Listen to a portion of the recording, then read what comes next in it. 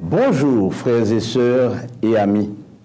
Aujourd'hui, au troisième jour de cette série de 10 jours de prière, nous poursuivons notre quête de renouveau spirituel.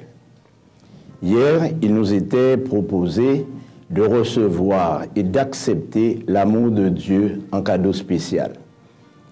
Seule l'action constante du Saint-Esprit peut rendre accessible cet amour. Le thème d'aujourd'hui est la clé, l'abandon total à Dieu. L'utilisation d'une clé suggère l'idée d'actionner un outil spécial pour atteindre un lieu ou un but particulier. Actionner la bonne clé dans la bonne serrure, la serrure correspondante, nous garantit de poursuivre sûrement le cheminement entamé. Paul, dans son épître aux Romains, au chapitre 12 et au verset 1er, nous incite à l'abandon total. Je vous exhorte donc, frères, par les compassions de Dieu, à offrir vos corps comme un sacrifice vivant, saint et agréable à Dieu, ce qui sera de votre part un culte raisonnable. L'abandon total n'est pas simple, car cela requiert une pleine confiance en Dieu et la volonté de se laisser guider, quelles que soient les conditions. Paul nous suggère donc d'offrir nos corps en sacrifice. C'est une démarche effrayante qui suppose un renoncement total à nos projets, nos ambitions, notre carrière, notre projet de vie. Gary Williams explique pourquoi il faut se rendre. Dans son livre « Comment être rempli du Saint-Esprit et le connaître », il déclare « L'abandon total est la clé du salut, de la victoire sur le péché et la tentation et de la plénitude du Saint-Esprit. » L'apôtre Paul a dû renoncer à son ancienne vie et à ses plans lorsque Dieu l'a appelé sur le chemin de Damas.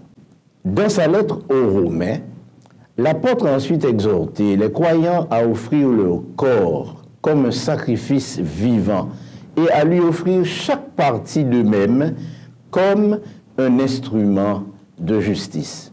Beaucoup ne se sont pas livrés, souvent par ignorance, mais ont pris leur vie en main, pensant qu'ils pourraient eux-mêmes choisir leur ligne de vie, choisir leur destinée.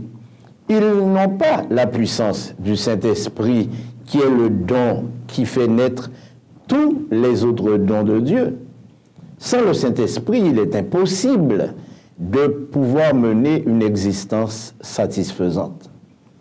Dans le livre Jésus-Christ, Ellen White déclare, mais comme toute autre promesse, celle-ci est conditionnelle. Il y a bon nombre qui font profession de croire à la promesse du Seigneur. Ils parlent du Christ et du Saint-Esprit, mais n'en retirent aucun bien. Ils ne consentent pas à être vides et dominés par les instruments de Dieu. En tant qu'humains, nous résistons pour notre liberté, mais notre Père Céleste veut tout le contraire pour nous. Dieu désire nous guérir, nous rendre la liberté, mais comme cela nécessite une transformation complète de notre nature, il faut que nous nous abandonnions entièrement à lui. Une vie sans péché n'est jamais simple. Beaucoup s'imaginent pouvoir mener leur existence sans aucune complication. Mais une vie de péché n'est pas aussi simple que nous le croyons. Tout homme qui refuse de se donner à Dieu se place sous la domination d'un autre. Une autre puissance prend possession de sa vie. Elle ne s'appartient plus. Elle ne peut parler de liberté. En réalité, elle se trouve dans l'esclavage le plus abject. Dominée par Satan, l'âme qui ne sait pas se tourner vers Dieu ne s'aperçoit pas de la beauté de l'amour de Dieu. Mais une bonne nouvelle, le Christ est venu pour briser l'esclavage du péché qui enserre notre âme. Alors, on pourrait se poser la question, que se passe-t-il lorsque nous nous soumettons à Christ? Premièrement, il est capable de nous libérer de la tyrannie de nous-mêmes. En fait, l'envie, le ressentiment, les querelles, la cupidité, la dépendance, la colère, l'orgueil, la vanité, le découragement, les complexes en tout genre, complexes d'infériorité, complexes de supériorité, il est capable de nous délivrer de tout cela. Et d'ailleurs, la liste est très longue. Mais il est important que nous sachions que notre propre problème, c'est nous-mêmes. Le plus grand problème, c'est vous-même. Et c'est pourquoi, chers amis, le changement qui se produit au moment où une âme se livre à Christ, cette âme a le sentiment d'une entière liberté. C'est l'âme elle-même qui bannit le péché. Un homme d'affaires a fait une expérience réellement étonnante. Cet homme d'affaires avait 36 ans. Lorsqu'il apprit la disparition soudaine d'un ami pasteur qui avait 41 ans, il fut tellement bouleversé par cette nouvelle qu'il se mit à réfléchir et à se poser toutes sortes de questions. Mais la question essentielle qu'il se posait est, que se passerait-il si Dieu m'appelait à être pasteur? Question réellement étonnante et importante. Mais durant toute la journée, il a réfléchi. Toute la semaine, il a essayé de lutter contre cette idée. Mais finalement, il s'est mis à négocier avec Dieu, en lui disant clairement qu'il n'était pas prêt à le suivre et à faire une telle démarche. Mais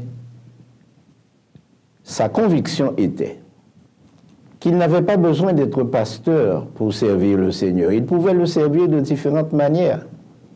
Toutefois, Dieu n'a probablement pas tenu compte de ses objections.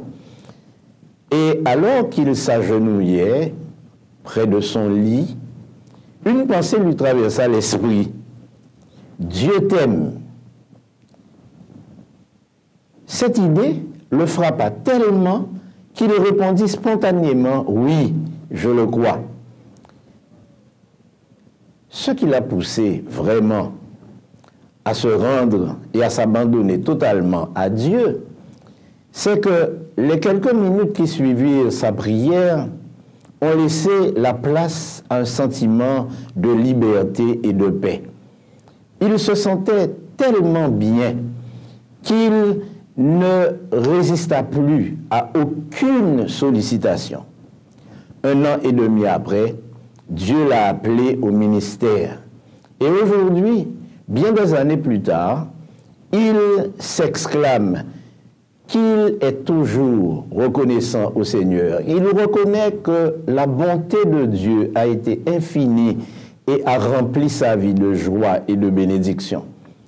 Son amour sans fin et sa sagesse, dit-il, m'ont tracé une voie tout à fait à l'opposé de celle que je m'étais fixée. Cette expérience correspond à l'expérience du potier qui façonne l'argile qu'il a entre ses mains. C'est ainsi que Dieu nous traite lorsque nous nous offrons à lui. Soumettre tous nos pouvoirs à l'Éternel simplifie grandement le problème de la vie. Il nous invite aujourd'hui à faire l'expérience de ce vrai repos.